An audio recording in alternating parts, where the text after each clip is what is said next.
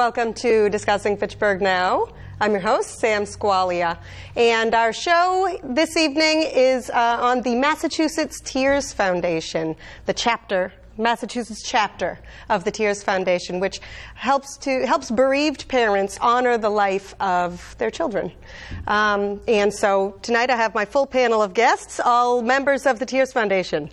And I have Kelly Treffley, of the leader of the Massachusetts chapter. Yes. Welcome. Thank you. Welcome, everyone. Thank you. Thank you. All right, thanks for coming on. Okay, so the Massachusetts chapter of the Tears Foundation. So this is a national foundation. Yes. Can you tell me about the Tears Foundation? So it's a national nonprofit organization, and it was started in Washington State back in 2002, and it is now in 19 different states, as well as Puerto Rico and the Bahamas. Our chapter started in September of 2015, and we've grown a huge group of fabulous committee members. These are some of them here tonight.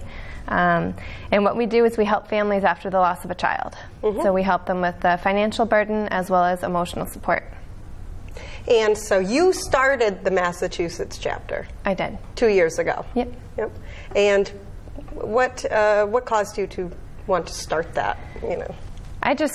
I really didn't want any women or families to feel alone, and there were not many resources out there. So my mission was to make it so that nobody felt as alone as I did. So you experienced a loss personally? I did, yeah. And how long ago was that? I had 2 losses, and it was 2011 and 2012. Yeah. And so how did you reach out? Did you find any support groups or anything? Did you find that there were none? There was not much out there. So on Facebook, I stumbled across the Tears Foundation, and I asked if I could help volunteer. And they said there wasn't one in Massachusetts. So if I was interested, here's an application.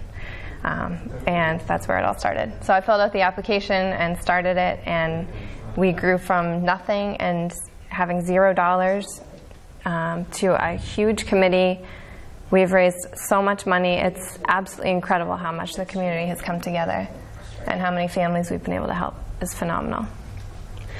So you don't just act as a support group system, but you also financially help people. Yes. Because you don't often plan with insurance or anything for the death of your children. They plan to buy diapers and formula. Yeah. Not a gravestone. And gravestones are expensive. Yes. What's the average cost of a funeral? I don't even know. It's extremely expensive between the hospital bills that families are faced with, and then on top of that, the funeral or the cremation, as well as gravestone markers. So we've been able to help families that years ago lost a baby and they haven't been able to pay for a gravestone marker. So we were able to buy them a gravestone marker years later. Nice. Yeah. And so how do you fundraise for these? Our biggest fundraiser is called the Rock and Walk, and that's actually coming up on Sunday. Yep. It's our second annual one. Last year was a huge success. We raised over $40,000 last year. So that's our biggest fundraiser. And then we also did a comedy night this past January, which raised just under $10,000. Nice. Yeah. Yeah. And so you use those funds for gravestone, for hospital bills, and what else? We actually don't cover the hospital bills. Oh, okay. But we do the funeral assistance. If somebody wanted to do cremation, gravestone marker, and we help more than just babies. So we have a project that's called the Charlie and Braden Project. Charlie and Braden. And that allows us to help families with the loss of a child between ages 1 and 12 years if they passed from a homicide, suicide, or an accident. So you work with another organization. It's part of Tears. It's a portion of the Tears Foundation. Oh, okay. Yeah. Yep. So that's another way that we help other families in the area. And so beyond financial support, the support system seems like it would be kind of one of the more important things, right? To be able to talk with other people who've had the same experience. Because quite often, people don't know what to say. People don't get it. Right? They just don't get it. You don't have any idea. Yeah. Right? So we have a support group that we formed that meets on a monthly basis, and we have a number of women that got trained to be what we call a peer companion, and that's somebody that's available to provide one-on-one peer companionship to through the loss, after the loss, etc. Peer companionship. Yep. So, and I bet that being a peer companion really helps both parties, right? It can be very healing to help other people in their darkest hours, yes. Mm-hmm. Yeah. Okay, great. So I'd like to hear how everyone has come to join the Tears Foundation. Would anyone like to start? Lexi? Sure. So I met Kelly during her most recent loss, and I knew something wasn't right. She confided in me and let me know what was going on.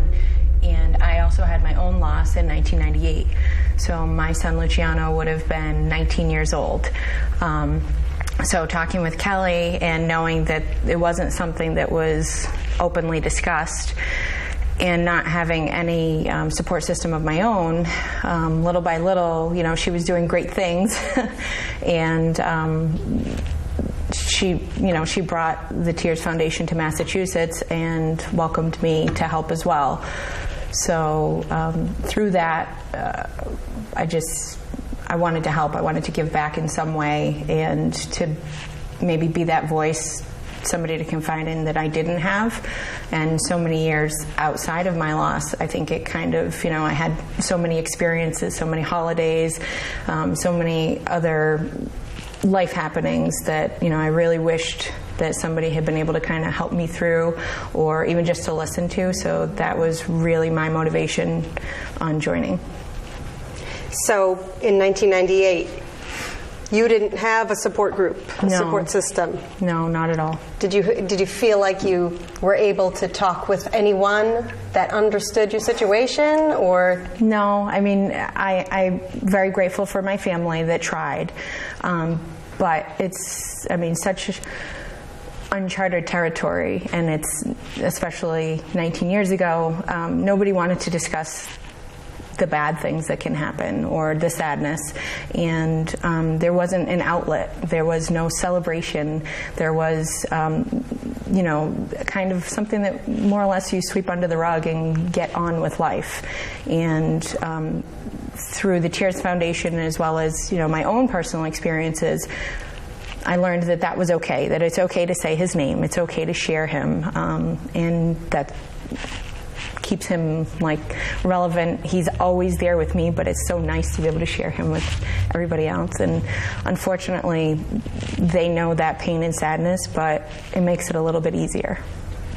Do you feel like you've been able to get more closure now that you've been able to talk with other people that have experienced similar? So I think closure is not a term that we usually use. Closure, because it's never closed? Exactly. So I think that, throughout this journey, and it is a journey, that it's really fulfilling to be able to, when you're talking with somebody in their darkest moments, and sometimes you don't even have to say a word. It's just, I've been there, I know, I feel. So it's strange to say, but it helps you grow and kind of get through a day. Okay. Anyone else? Did you join the Tears Foundation? Jen? I joined the Tears Foundation, it's probably been about a year. This is my first rock and walk, so I'm super excited to do this. And we lost our daughter in 2007. And like Lexi, not much around, but then I found Kelly in Tears on Facebook, and it's like a whole new world just completely opened up. And you don't feel... Tears has helped me not feel like I'm alone, and that's what a lot of it was. Not fault by anybody in my life or anything like that. Everybody tried. It's that feeling that every mom that goes through a loss has that. So, but yeah, we lost her. It was a surprise. It was a stillbirth, so. So there's nothing that can prepare you for that. But I had a 5-year-old at home, and so there was a lot at the same time too. So my son, now at 14, almost 15, he has no idea how much he helped me through everything. Just to kind of keep me going, type of thing. Because it's a lonely thing if you don't have anybody else to share it with. You kind of shelter yourself. So for 10 years, you've been. Have you had other support systems, or you said your family has tried to help, but yeah, they didn't know? No, because nobody really knows what to say, and it's hard, and I get that, and I understand that. I think I would be in the same boat. I've been with counselors. I've had the good, the bad, but support group-wise with other moms that have gone through it, it wasn't there until I found Tears. There was really nothing around. Not common. Yeah. Well, I mean, in just discussing this issue on Facebook, I learned about multiple people that have had miscarriages or losses that I never knew. I mean, and they say that's a common thing. Women will have a miscarriage and never talk about it. Why is that, do you think? Do you feel like you get treated differently after you tell someone that? I can speak because that's happened to me. That's how I found. Well, actually, I found Tears because Kelly happens to be a really good friend of mine who I knew personally. So I went to the Rock and Walk last year because Kelly was my friend and I wanted to go support her. I was trying to get pregnant at the time, and I remember hearing of her story and thinking, it broke my heart, thinking, I'm trying so hard to get pregnant. Imagine if I did someday and something happened. And it made me feel sick. So I went to the walk, and it's a wonderful walk. It's a beautiful day. I think people know that Tears deals with some sadness, but it's not a sad day. Tears isn't a sad place. We spend a lot of time smiling. Yeah, there is emotion, but it's nothing. It's a day that I went and I had a great day, and it was beautiful, and I was really happy I went, and I didn't know anything other than Kelly and that it was important to me. So I urge anyone out there, if you can't relate to our stories, to come. But anyway, so I went to the walk last year, knew about Tears. I got pregnant. Kelly knew I was pregnant because she was a good friend of mine. And then I ended up finding out I had a miscarriage about 13 weeks. And Kelly, is that right after you tell everyone? I had just told my parents and my husband's parents about 5 days before, so it was a complete shock to me. I thought I would have never expected that to happen, but it did, and I'm very thankful that I told Kelly, because your gut reaction is you feel very ashamed for what happened. I just felt like everyone else gets pregnant and it works. There's something wrong with me. So if I hadn't told Kelly, I think I would have swept it under the rug and just bottled up this shame. My parents and family knew. I would have to tell them, and then they would understand, but I would have just been like, go on, Christy, just move forward, forget about it. But Kelly immediately was like in my ear, like, Christy, like, let me help you. And I had a peer companion, another Tears member, Kelly, who they were amazing. Like everyone says, it's someone in a moment where you don't know what to do. You feel very alone, but just to have someone who knows how you feel is kind of in the moment the only thing that really helps you, because you don't even know what's happening or what to do. But to have someone else, and to, if you have to go through procedures and stuff, they can tell you what to expect and what's going to happen, and kind of your gut reaction of what you want to do when this happens is not long-term, looking back, going to be your best decision. For me anyways, I wanted to get rid of any picture I took things like that, where people had advised me of what to do that in the long run I would appreciate. How's that? And it. You mean a picture of? I had pictures of myself. I had like ultrasound. With the, oh yeah.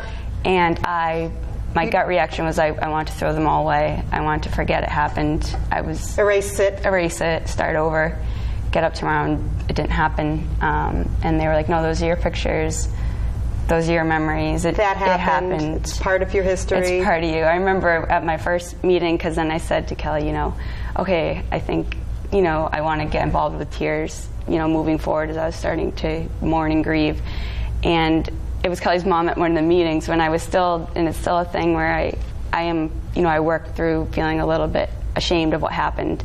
And she said, Christy, it was going to be a baby. It wasn't going to be an elephant. And I remember thinking, yeah, I was going to have a baby, so why do I feel like, well, I don't know, maybe I wasn't. Maybe it was just something else. And that kind of resonated with me, that I was allowed to have the feelings that I felt, because I think a lot of women, they just don't want to recognize it, but through recognizing it, I think it helps you heal and be able to move forward. Because I don't think if I recognized it, it would help me moving forward being a mother. So you think if you just erased it, yeah, and tried to forget about it, you think? I don't think long term it really would have helped me. Yep. I think it, dealing with your grief and your loss and learning how to mourn was something a lot of us don't know living in the U.S. We're taught to just stop, get over it and move forward. And one thing that I feel like everyone does is compare levels of grief. Like, oh, you had a miscarriage. Oh, it was only 13 weeks. Yeah. And that you can try again. Yeah, and that was like, you're fine, you're young, you're healthy, you'll be fine. And in that moment, you're not fine, and it doesn't matter. And because you feel such strong emotion and someone's telling you, it's okay, you feel even worse, because why do I feel this upset if this wasn't that big of a deal? And no one else talks about it. So you don't know until, we got involved with this and we talk, and then you don't know how many people have come up to me and been like, I had a miscarriage. Close people in my life, I had no idea. That you had no idea. And I could see the relief in their faces when they started talking about it, because that they buried it down too. And just being able to talk about things, I think, allows you to move forward with your life in a much better way than, sitting on things that you haven't really resolved. So like we say, we're all still working on resolving things and dealing with it, but it doesn't burden me in the way I think it would have if I hadn't had tears to learn how to deal and cope. And a lot of that is just skills that I think a lot of us initially don't have in the culture that we have today. I was thinking about it as you were talking, and I was thinking probably my first reaction would be eliminate everything. Yeah. This never happened. I remember it was... forget about it. Remember that thing I told you? Forget it. It was the week never before talk Christmas, about it again. And I said to my dad, dig a hole in the backyard, I'm going to bury everything. And he said, the ground is frozen, I think. And I said, well, just try. And I literally was going to throw everything away. I was like, okay, I could burn it. That seems a little... Because I was really obsessed with the pregnancy. I took pictures, 1,000 pictures, and I had written a diary. Because you were trying. Yeah, and we had tried for a while, and it was really hard. And so I got pregnant, and I was just so in love with everything about it. And I took a lot of pictures and done all this stuff. I just had tons of stuff. And I remember just telling my dad, bury it all in the backyard. And he's like, the ground is frozen. And I was like, I don't care. I don't want any of it. But Kelly said, no, keep your stuff. Even if, and think so about it. At the time, you can so change I your mind said, later. I listened to her, and I put it all at my parents' house, because at the time I couldn't deal with it. And over time I created, I have a special box where it's all in there, and it's up somewhere in my house. I took it home after a while. I haven't yet had the courage to go back and I imagine someday there might be a day I want to look through it. But you know that you can. Yeah, I can. And it's something that without tears, I just know it. I wouldn't have made the decisions that are best for me in the end. You just listen to your gut in those moments, and I think that's the best thing that tears does, is it sees the future that you don't have, and it sees the hope because that you don't feel. Other people have gone through this, and they know. They're on the other side of what in that moment you don't think there is another side, and you're just dealing with your reaction. But that's what's so beneficial and why I say it is such a hopeful group and it's not as sad as everyone thinks it is, and why the walk is such a special day, because it's about getting through and that it's nothing to be, it's like sad about all the time. It's a ritual that you can do to remember. Yeah, exactly, but in a good way. Yep. Yeah. We get to honor and celebrate our child. Yes. So it's not just, it's not just a day to, be sad or be sad together. Yeah, I mean, we all come together. I think it's definitely touching, but I think one of the biggest things is looking back and seeing how many people are there, and they want that outlet. They want to be able to celebrate. They want to be able to honor that child. On that note, we're going to cut to a break where we shot a PSA earlier that will talk about the Rock and Walk, and then we'll see you after that.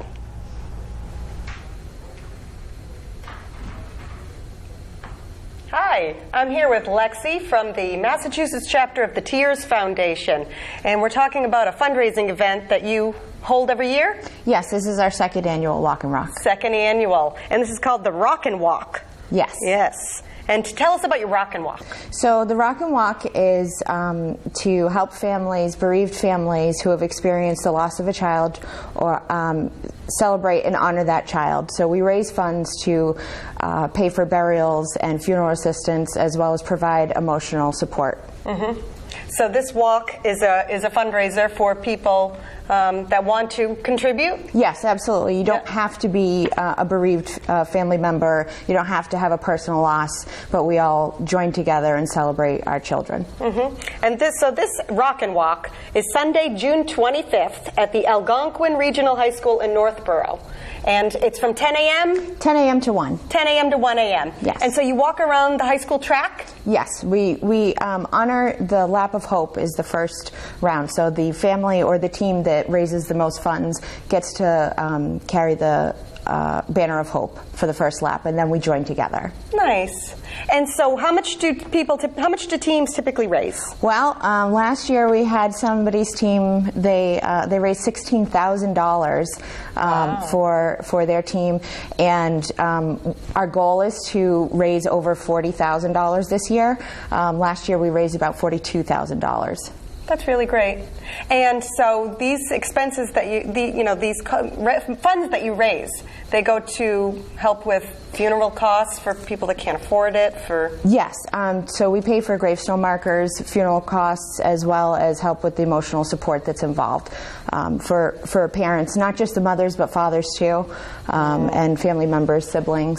Sounds like a really great organization. It really is. Okay, so where can we go to find more information about the Rock and Walk fundraiser from the Tears Foundation? So we have the Massachusetts tearsfoundation.org, as well as we have Facebook page, CrowdRise, as well, I believe is at the bottom of the screen. Oh, so yeah, we got it right here. So people can register their own teams. You can contribute to one of our teams. You can volunteer. You don't just have to contribute monetarily. We're always looking for goods, funds, things. Sponsors. Absolutely. Yeah. Yes. Sounds like a good thing to get involved with. All right, and the Rock and Walk. Yes. There's rocking chairs? Yes, actually, so we have rocking chairs set up for family members to kind of sit and reflect and just kind of take a moment to think of their child, and just kind of like a moment of silence, if you will. That's nice. All right, great. So anything else, Lexi? Well, it's a family event, and so you bring the children. Absolutely, we have raffles, face painting. It's for a sad reason, but we all come together and we share a lot of hope, laughter, and joy. Great. Okay. Thank you so much, Lexi from the Massachusetts chapter of the Tears Foundation. Thank you. 5, 4, 3. Hi, I'm here with Meredith Garrity of New View Communities and Reimagine North of Maine. Hi. We're talking about the Neighbor Ups and all the fun things that we're doing this summer with Reimagine North of Maine, right? Yep. So Reimagine North of Maine is really excited because this summer we're going to be hosting a series of events that we're calling Neighbor Ups. Neighbor Ups. Neighbor Ups. And we kicked off our series of events a couple weekends ago on May May 13th, the big exactly. cleanup? We did a big cleanup with Ward 4 and 5. All of these activities, all these neighbor ups are designed to help neighbors get to know each other and help people take care of their neighborhood and help people feel good about where they live. Yeah, so this is mostly focusing in the North of Maine neighborhood. Well, it's all the events will take place in the North of Maine neighborhood, but the great thing about this is you don't have to be a resident of North of Maine to enjoy these events. We would love people from Fitchburg, from Leominster, from everywhere to come out and see the North of Maine neighborhood because we think it's pretty cool, but you don't have to be a resident to enjoy these events. Of course. So we're going to have the National Night Out in early August. August 1st, we're going to have a block party on Marshall Street. We're going to try to help promote people to learn how to vote. We're going to... a mock voting booth? A mock voting booth. We're going to teach about safety, and we're going to be on Marshall Street just grilling and having a good time. What else do we have for neighbor apps? So we're going to work with Habitat for Humanity to help people, some people build their homes and some people build their fences. We're going to host a couple block parties. We're partnering with Highland Baptist Church in the College neighborhood to host a couple more block parties. And we're going to end it all with a real big bash. We did this last year with Porch Fest. Ah, the Porch Fest. Porch Fest. It's a musical festival that highlights local talent in local places. So we'll be able to go from place to place at different times with different bands. Yes, porches, storefronts will become venues and local residents will become performers and we'll just have a good time. I came last year. It was a lot of fun. Yeah, it was a lot of fun. All right, so if you want to get involved, volunteer, or join the events, how do we find out more information? Great. So you can check out our website. We're going to have it on newviewcommunities.org. We'll have a section for the neighbor ups. Or you can check out either of our Facebook pages, New View Communities or Reimagine North of Maine. Keep your eyes peeled for emails. Keep your eyes peeled for flyers. And you can always contact me with questions. Meredith Garrity of New View Communities and Reimagine North of Maine. Great. Thanks so much. Well, I'll look forward to seeing you there. Okay. See ya. Welcome back. We are discussing the Tears Foundation. All right, back to talking. So one thing that we were discussing is that people don't like to talk about the bad things that happen, right? Because people seem to compare loss with one another and they don't know what to say.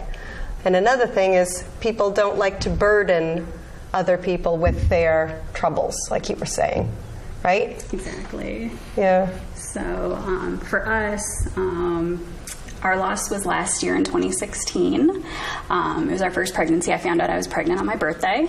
So we were super excited. We'd been married, I think, almost 8 years at that point in time. So we waited a long time to finally start and try. We moved out to the country, bought a house with 3 acres of land, just ready to have kids running after around. You found out? No, just beforehand prepping for it. I started working from home, so I could, spend time as a work from home mom. So you were trying to get pregnant? Yeah, we tried for about 6 months before we found out.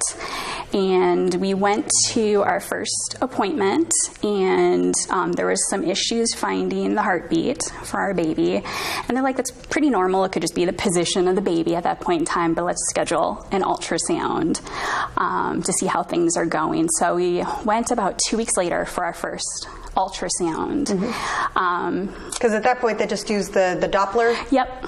Exactly. And so for whatever reason, they couldn't hear the heartbeat with the Doppler. So they're just like, we just want to make sure you're as far along as we think you are by doing an ultrasound. So we're like, okay, we'll come back in 2 weeks to do that. So we should have been around, I think, 11 or 12 weeks, somewhere at that point in time. And so we were super excited. My husband and I, he took off work. We're sitting in the waiting room.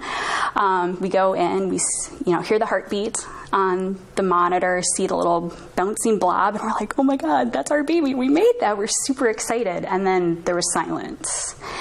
And the tech is like, can you go upstairs and talk with your OB? And we're just like, okay, this is our first pregnancy. We had no idea what to expect. Okay, maybe she's just going to go over the results. But when she came in the room, she told us there's something wrong with your baby. And we need to send you to a bigger hospital with a higher def ultrasound machine to figure out what it is. And so 2 days later, we went for that. It confirmed the findings. There was a chromosome issue with our baby, and he had developed a growth on the back of his neck full of fluid.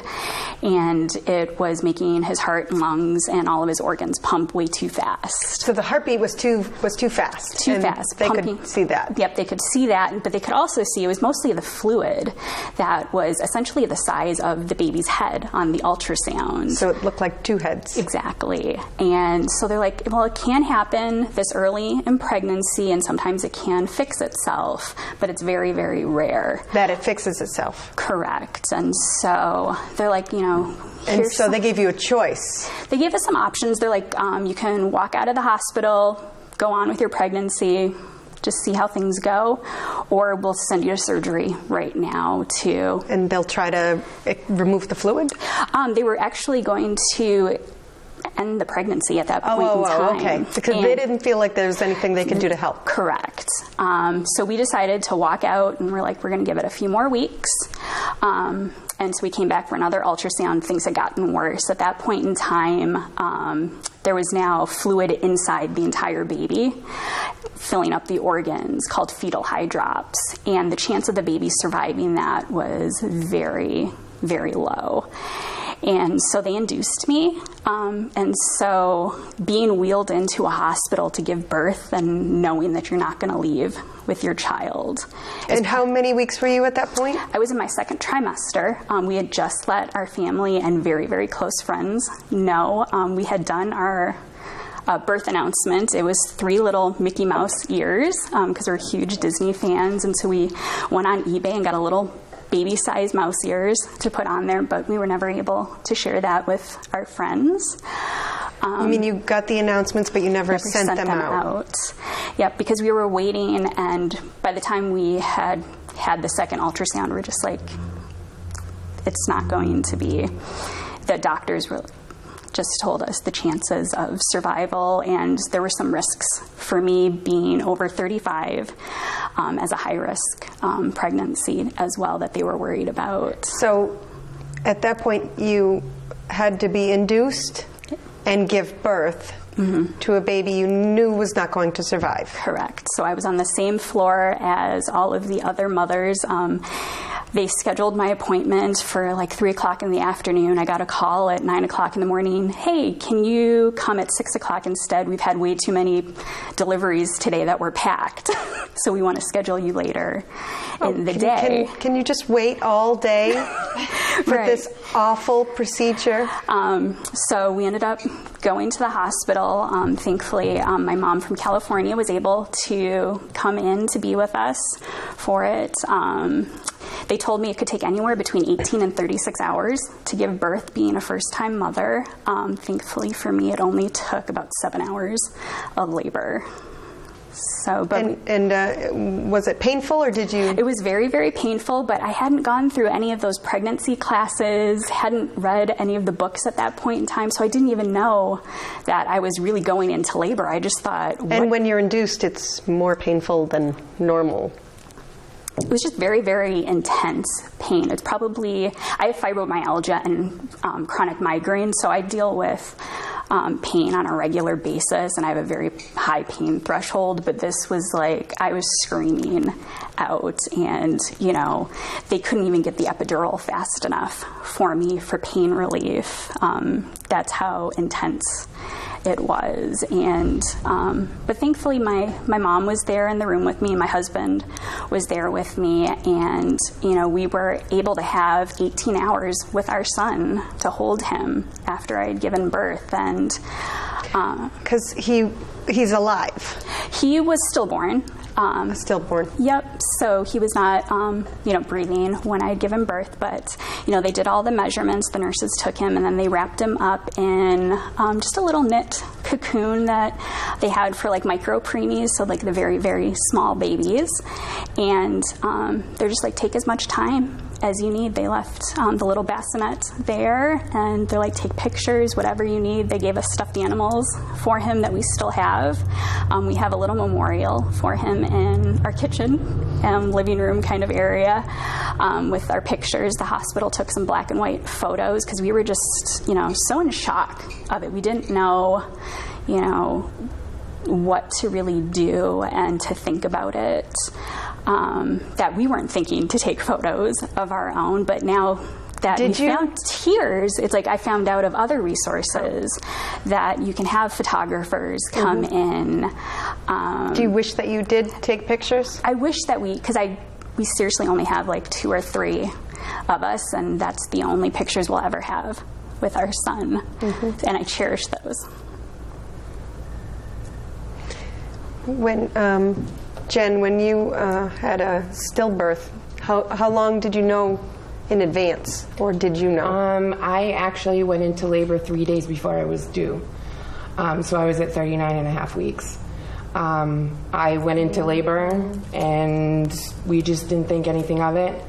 I remember sitting there very close to your due date. Everything's normal. Yeah, everything was fine the Friday before at the regular appointment. And when they hooked me up to try to find the heartbeat, they said they couldn't find one. And of course, at that point, we're like, oh, okay, she's giving probably us a hard time, yeah. So they got the ultrasound machine, and they did the ultrasound, and they said there's no heartbeat, nothing. So at that point, I was already in full active labor, and I had to give birth to her. So. And you knew, and they didn't hide this from you. No, they couldn't, because you're making the decisions. Yeah, we had to make the decisions on. They even asked us if we wanted her resuscitated.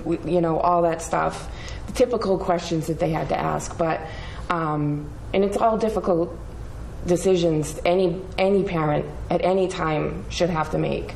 Never mind your baby that you thought you were going to be able to come home with no mental preparation. No, none.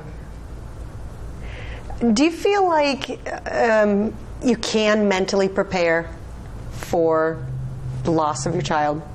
Do you feel like that's something that you could prepare for? There's nothing like it. The only thing, anything close, is to listen to other people's stories, and you feel that anguish. It puts you right back into that moment. But I don't really think there's anybody that can prepare you. If anything, to have somebody by your side to go through it with you, with like the peer companioning that's offered and things like that. But it's like preparing for the sun not to come up ever again.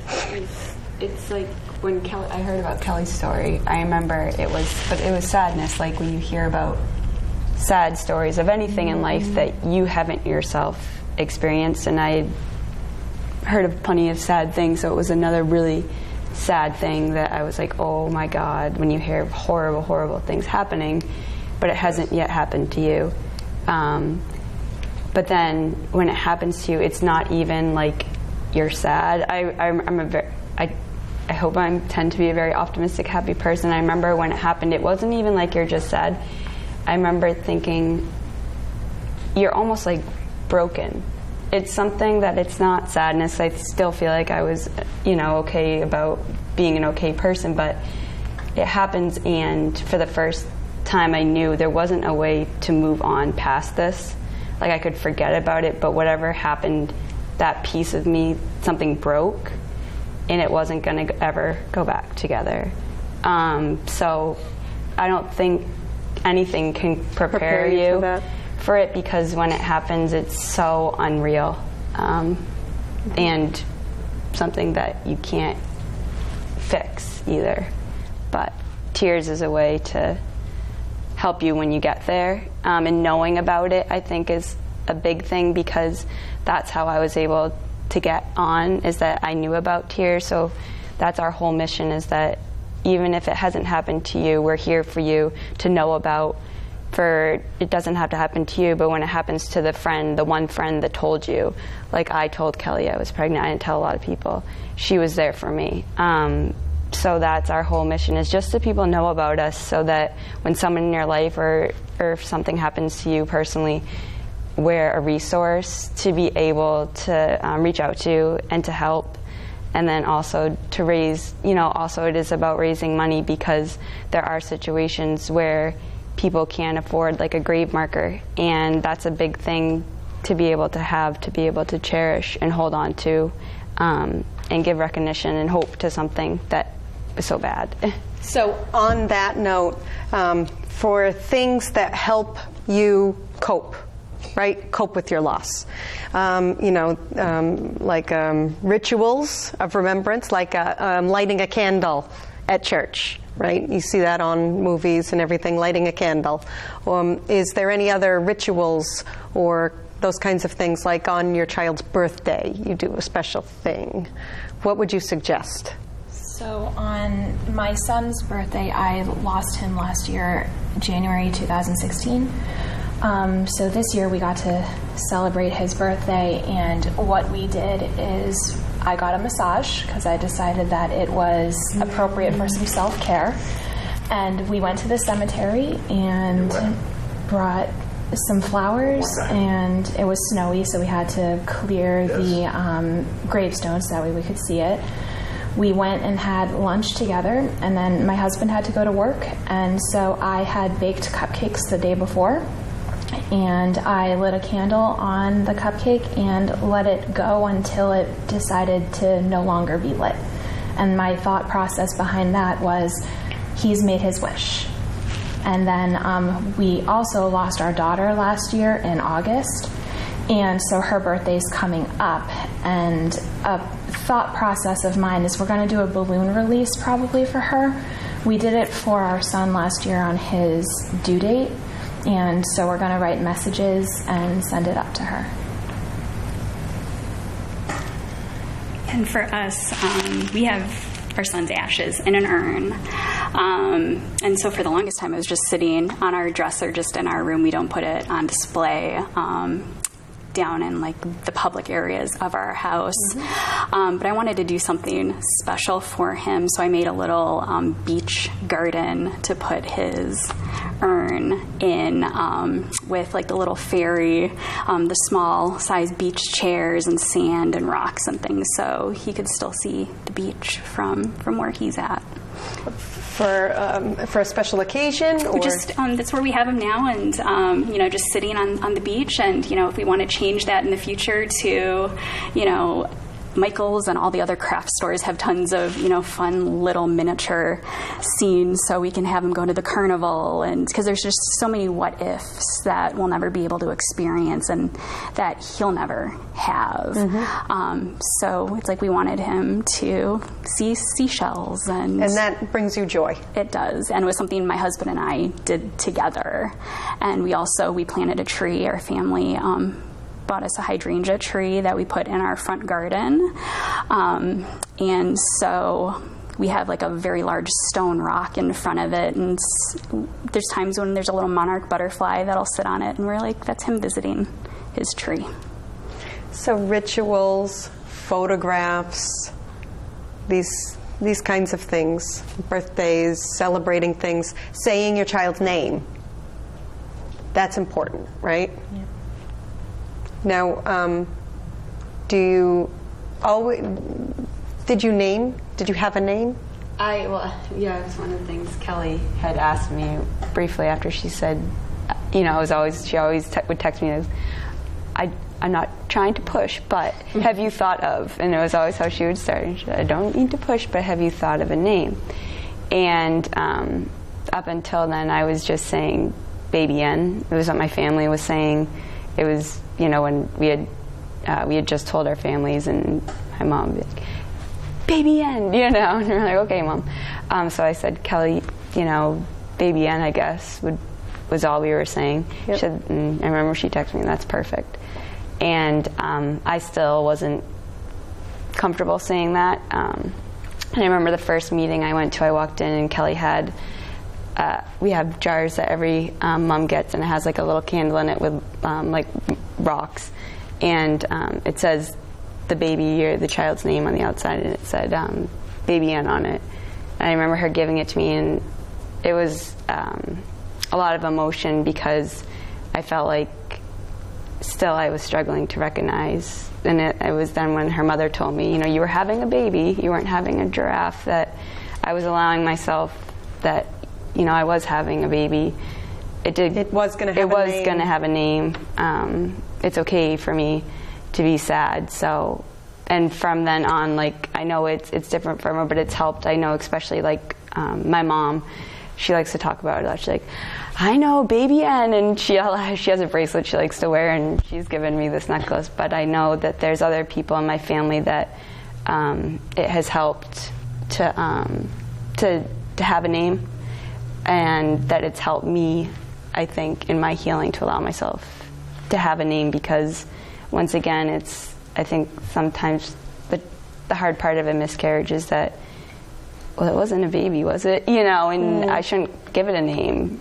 You don't know what to do with it all.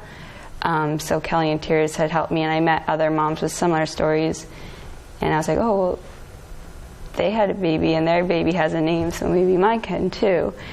So it allows you to kind of feel justified in how you feel and not bad about it. So a name is good. Yeah, it is. It's good to.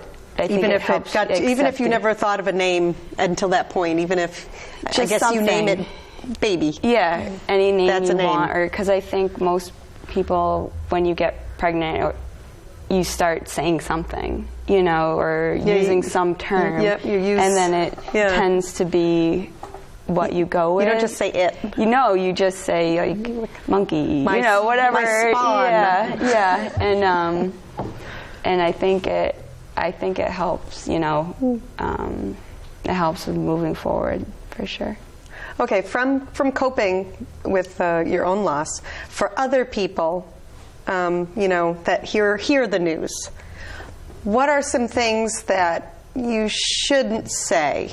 You want the long list or the short list? I heard a few, like, it was only 13 weeks. You can have another one. Yeah, you're young. You'll bounce right back. The good news is you can get pregnant. And you'll have a baby. Yeah. I got you have one at home. You have Zachary. At least you have another child. Mm-hmm. You can have more. You can have more. And why are those statements not helpful? When you lose a baby, there is no at least. You lost a baby. There's nothing that should be said besides I'm sorry. And it's not like, and this was something that I going to therapy had to help me through, but it's not like you're getting a carton of milk. You can just go to the grocery store and replace that child. We had an emotional bond, and there was an attachment, and you can never have that child. I wanted that one. They mattered. They mattered. Yeah. And it's not to say that the people who say those things are doing it in any other reason, that they're trying to say something to make you feel better.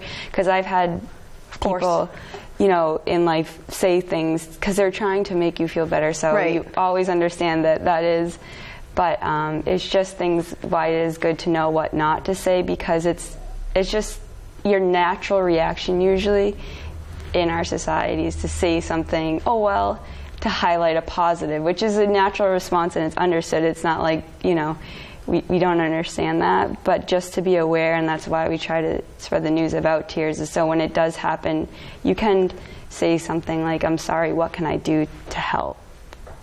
Because there's no bright side in that moment. There is a bright side, there is a future, time does go on, but in the moment, saying that anything else is like a good or something is still okay. I think the awareness isn't okay. That Tears is providing, it's helping other people who aren't ever going to experience a loss like this be more empathetic to this situation. Mm-hmm. And I think the awareness is such a huge key, because this is something, pregnancy, miscarriage, the death of a child, it does happen.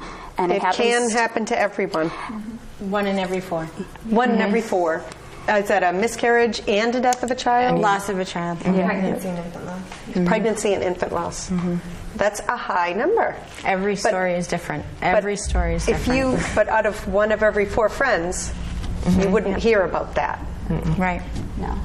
But you'll be surprised if you're in a room of people, you're somewhere and tears start talking. It's usually more than 1 in 4 women that you don't know that will start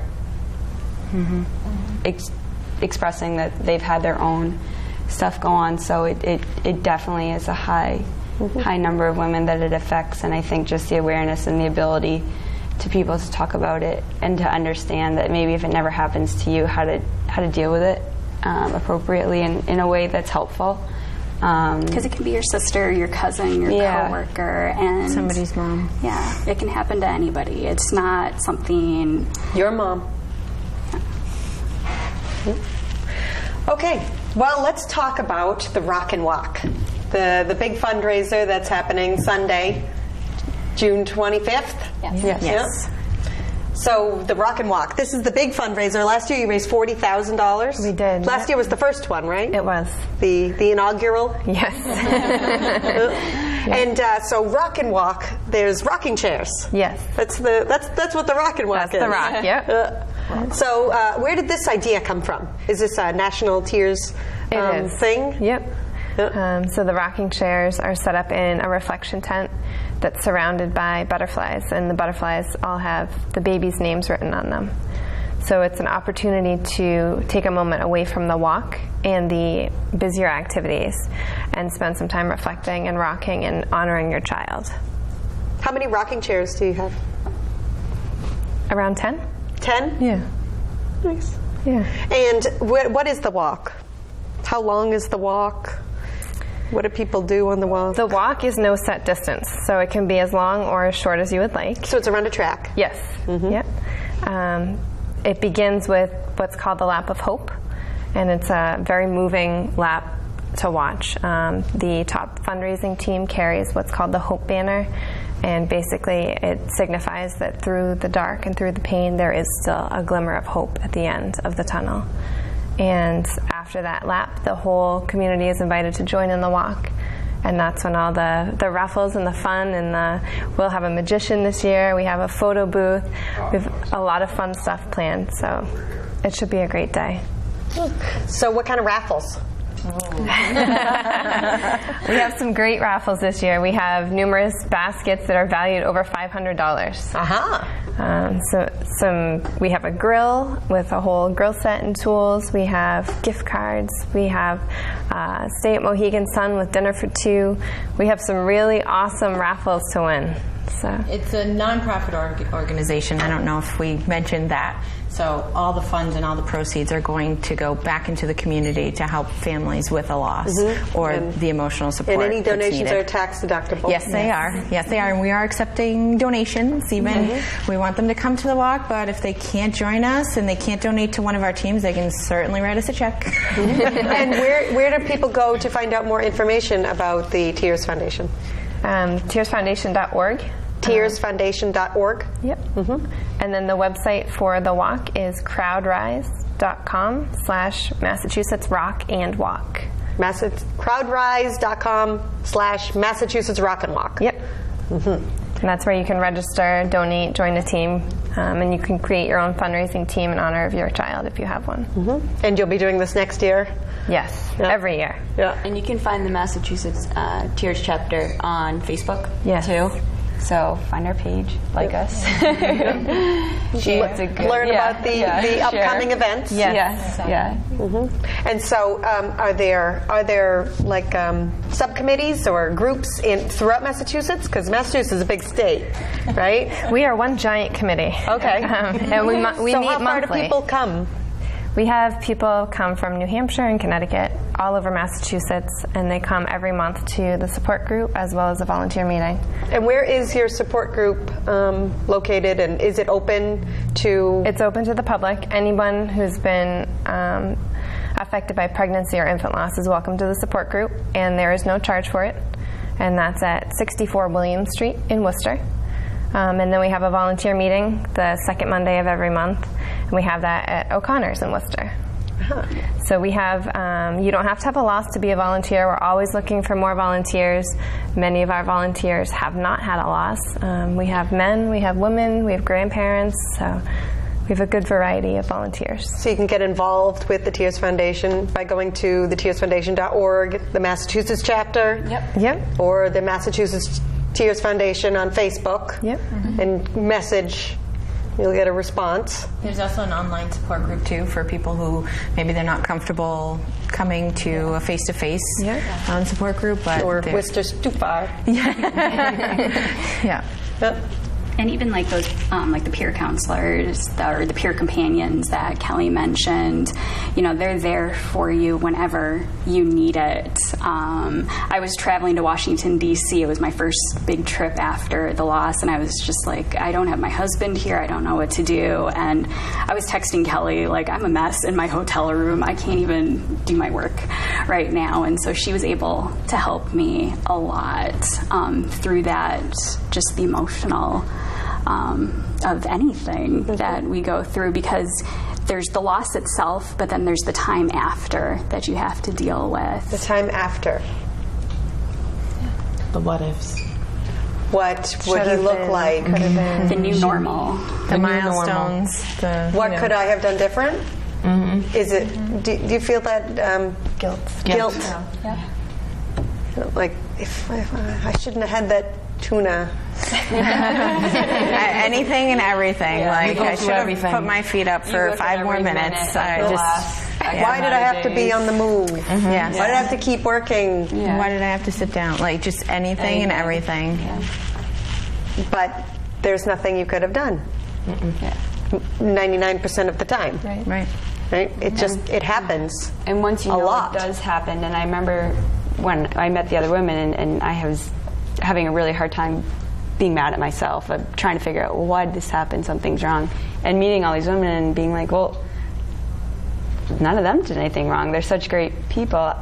Why would I be any different? How come I don't think they're not failures? I'm not a failure. You know, so it's recognition and seeing it among peers and other people that are your friends and your family, that if you know they're good people with good hearts, that it must just happen to good people with good hearts. So I think the other thing too is that it gives you an opportunity to celebrate that child. So, you know, you're definitely going to have sad days, you're going to have happy days, you're going to have, but it's nice to, you know, we have the walk now, we get to celebrate together. We have sang happy birthday to my son on his 18th birthday. That was the first time in 18 years that I actually smiled on that day. So I have, you know, a group of women that, and fathers too, that know what I went through, what I felt, what I'm dealing with on a daily basis, Christmas time, holidays, Thanksgiving. I think that's, you know, during all those times, that's where we really just kind of come together, and it's what we're about. So there's the, you know, there's the financial support for the gravestone markers and things like that, but there's the emotional support and the ongoing support that it's like you said, it's not just those moments, there's years that go by and you haven't forgotten, and it's nice to be around people that will say your child's name and you can say theirs and we can share that together. Do you find that people are experience grief in a similar way or very different? Extremely different. Yeah. And even loss to loss. Like there are people that have had more than one loss, and each loss they grieve differently. For our first loss, I was just extremely upset, emotional, crying all the time. The second loss, I wanted to punch a wall, and if there was going to be a hole in that wall, it was going to be my hand going through it. And it was just anger. And same thing for my husband. It was very hard on him for the first loss. For the second loss, it was absolutely even worse. Oh, yep. Well, thank you everyone for coming and discussing this. The Massachusetts Tears Foundation. To find out more information, you can go to tearsfoundation.org or on Facebook, Massachusetts Tears Foundation. And the upcoming Rock and Walk, Sunday, June 25th, you can find out more information on that on the Facebook page. And you can donate on thecrowdrise.com. And you can go on the website for support groups and all of that information, right? Yes. So thank you everyone for joining. Thank you. And thank you for watching.